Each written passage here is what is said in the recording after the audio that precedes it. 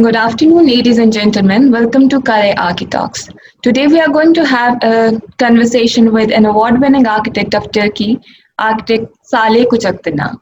He is a founding member of PEN Architects and a firm based in Turkey and operating internationally as well. Hello, Saleh. How are you doing? Hello, good. Thank you. I'm just really excited to be here. Thank you. How are you? I'm good. Saleh, could you please tell us about yourself? Like, what's your journey like, and how and what made you land in the field of architecture? Is it the daily life today, or in the COVID days?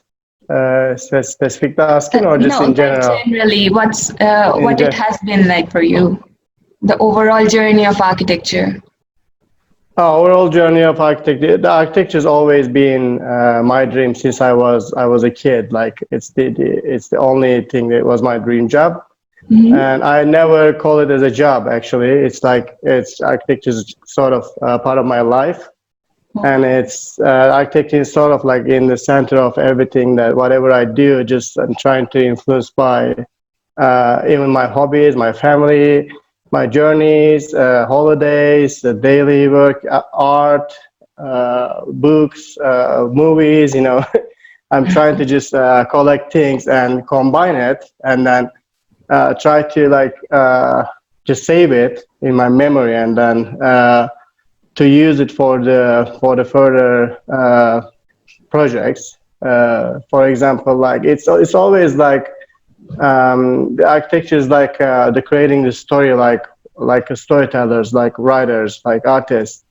It's something Yeah. like that. It's always been like it's for me. It's never been a job or like a technical things that you can explain it. Like we just I believe that we just tell stories. Then sometimes, like before we build a building, that we create a story is like truth than the truth. Like it's everybody believes that, and for like at least 1 year or a couple of years, that you're just sharing the ideas, drawings, and with other tools and 3D printings, the model, physical models, and then after 2 years, when we build it, and it becomes physical.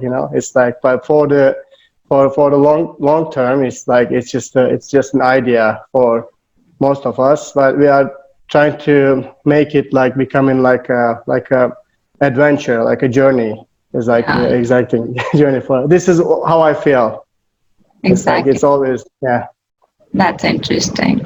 So, Saleh, could you please tell us about the Turkish architecture in general and how over the time it has evolved?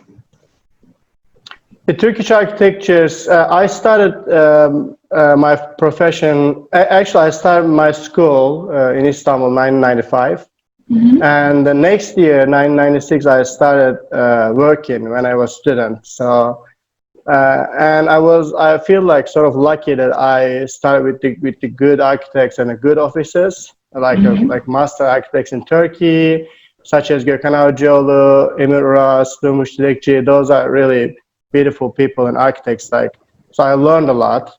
But I think since I started the 90s to 20s, that you can see a big transformation in digital, the huge digital transformation. I think you may understand that what I'm trying to Yes, talk about. Like exactly. the system what we use, the tools what we use, like it's like industrial revolution. It's like the fourth industrial revolution, like based on the robots today. It was the beginning at 90s. So the Turkish architects and architecture. I mean, we have great architects here. I believe, like very well experienced. They have a great mind. They because of the developing countries. They build a lot. It's really architects, and then construction companies, material companies. They're always been busy, and this is the one thing. This is the local thing. But the other thing is like how you can globally like compete with the others. Like at the same time as everything is evolving really fast, so you have to adjust yourself. I think in Turkey that we created our own strategies. Like you have to be quick, you have to be affordable, and you have to make it in best quality. So it's not possible in architecture. You know, when you create something beautiful, you know, it can't be at the same time and cheap and the quality. But cheap doesn't mean it cheap does. So you have to have like strategies to make it affordable instead of cheap. So you have to find the right material, you have to find the right client, you have to find the right methodology. You have to develop your own methodology in terms of these conditions, and at the same time you have to be genuine. Like you have to just create something original, you know, like not just like to copy the others, you know. I mean, yeah, we have great architects in Turkey. If you are following the architecture scene in Turkey, I mean, I respect a lot. It's my personal way of thinking, but it's like I almost never ever criticizing the architects in Turkey when they. Sometimes you have to do something, you have to do other things, you know. But it's like seems like more experimental than the pragmatic way.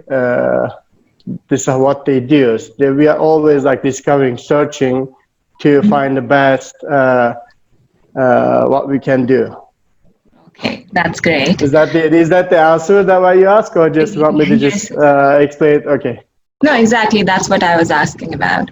So, Okay. what about yourself? Like, which architectural style do you follow, and like, how do you initiate a project? What's your general design process? It's I educated as a modern architect. You know, that's at that time 90s is still the modern architecture is like still was the top like the ideas that we follow. So our teachers were great. The schools were like limited at 90s, that we have like more like opportunity to just get educated by the good teachers. I still feel like I was a lucky one. And then after 90s, it's becoming more like a digital era. Is like it's pushed from every side that is like force you to use all the other tools. So at the same time, I'm trying to find myself a way to follow in architecture. On the other hand, like you have to catch all the stuff all the digital tools you have to learn, all the strategies you have to develop, and then multidisciplinary like co-working techniques that you have to develop in your profession. So you have to use others' mind. The engineers come with the better ideas and everything. You know, the construction companies, material companies. Like there's a lot of stuff, lots of information, but at the same time, lots of specialists too. So like consultants, specialists. So you have to collaborate with the others. I think that what we learned is that to collaborate more and more, and to create something better, something unique.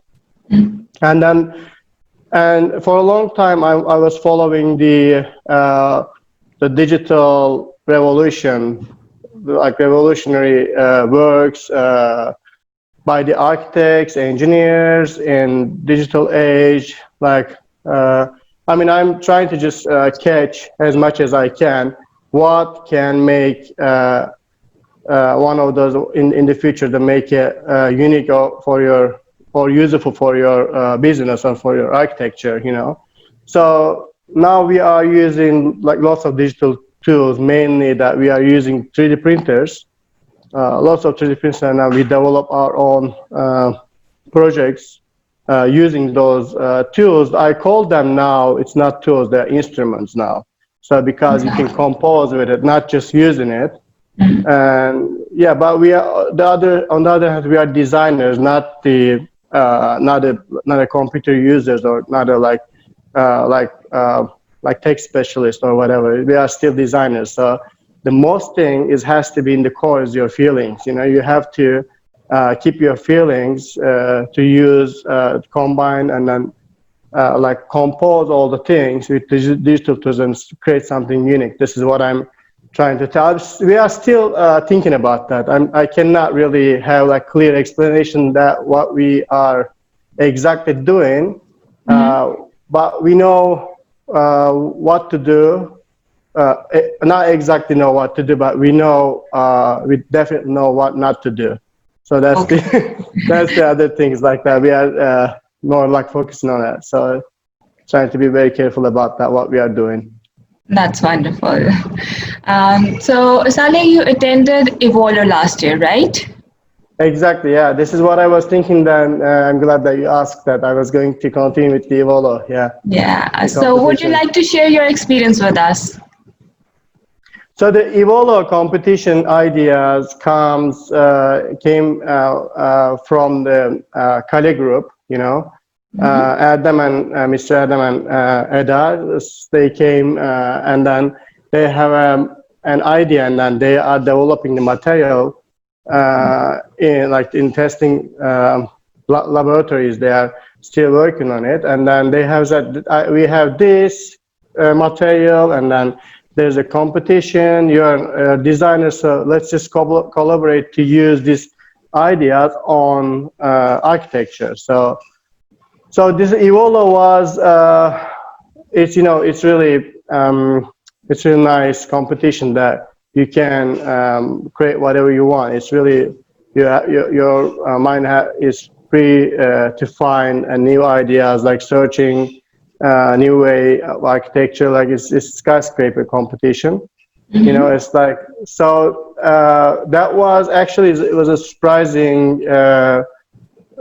Like that the KALE group came with this idea, and then since the beginning we are super excited about the idea because it's not just about architecture, it's about like material science, it's about the biology, it's about the ideas, you know, it's like lots of professions, lots of brains. And like we have like 4 people in our team, 2 people in KALE team, and like the other, of course, many people work in the laboratories to develop these design and experiments, and then the 2 biologists,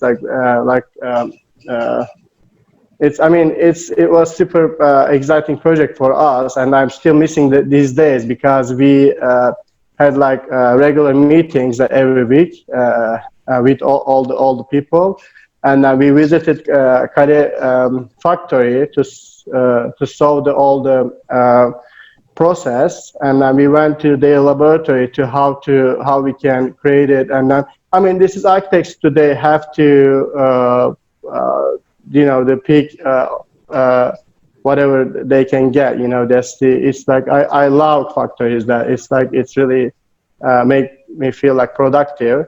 Yeah. So they came with the idea with their technology, with the innovative way. This KALE is a very innovative company. It's like so it's like, and then it like we bring the idea, so we develop it, and I think we believe that we created the the great project. The content is really rich. You have to. Have you ever find a chance to look at it? Like, it's really like complicated Yes. process. So we have still at my here the background. Let's see. I want to show you. Yeah, please. All the experience that we did here. Wow, that's interesting. Those That's are just just maybe just like maybe just 20% of what we did I'm during the sure. whole process. So that's the for example, the one of the experiments, the material they developed is a Which kind of material like is it? yeah, the KALE design. It's sort of like industrial form, so you can adjust the density. So you can use as a wall material. You can use as you can. They are still, I think, developing this. Maybe it's under the protection, the brand protection. I'm not. Okay, I that's very cannot give a interesting. little more information. Yeah. So Anyway, so yeah, it's a very complicated project that I don't think I can explain it here perfectly, but Yeah, I'm in sure. general, just yeah. But we had a fun time. We learned a lot. So we are missing this these days. I hope we can find another chance to do another project in the near future.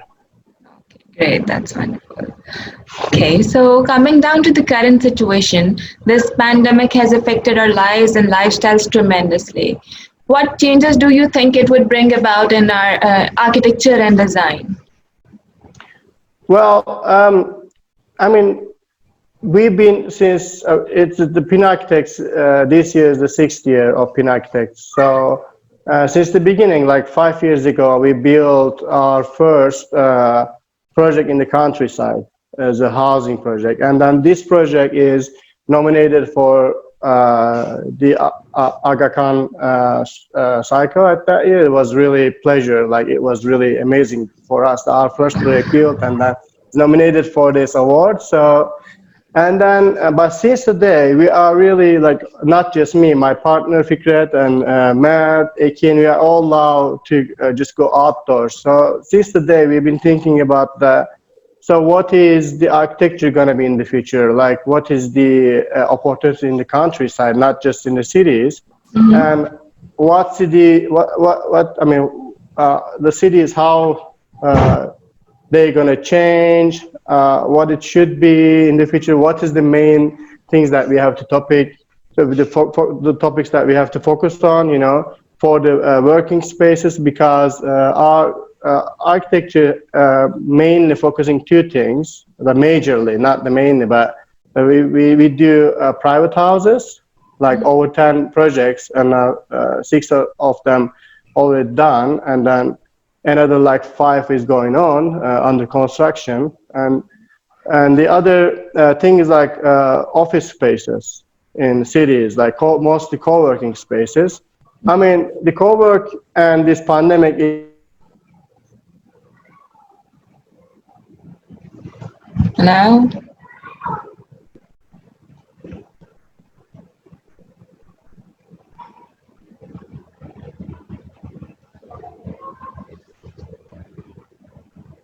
Is another thing. So since the beginning, like since we started like 6 years ago to think about how we develop our design to the countryside, and how the spaces we can transform in the cities to make it more livable, well-being. It's like so we basically focus on like a couple of things recently. And Evolo was also the one of those. It's matched with those ideas like reuse, repair, resilient for the city. You have to focus on this thing, not just sustainable too. The sustainability is a very trendy topic today. But now it's I think beyond that. Like you have to focus on how to use the existing spaces, how to repair it, and then the resilience is the one of the main thing, not just for the cities, also for the countryside too. But I feel like the countryside is a great opportunity to create a new architecture, especially these days during the pandemic. So now we understand how much we need a space. Not the space is like we count as the apartment flat is a house, right? Yeah. It's home, like for most of us. 90% of people in the cities like working and living in those spaces.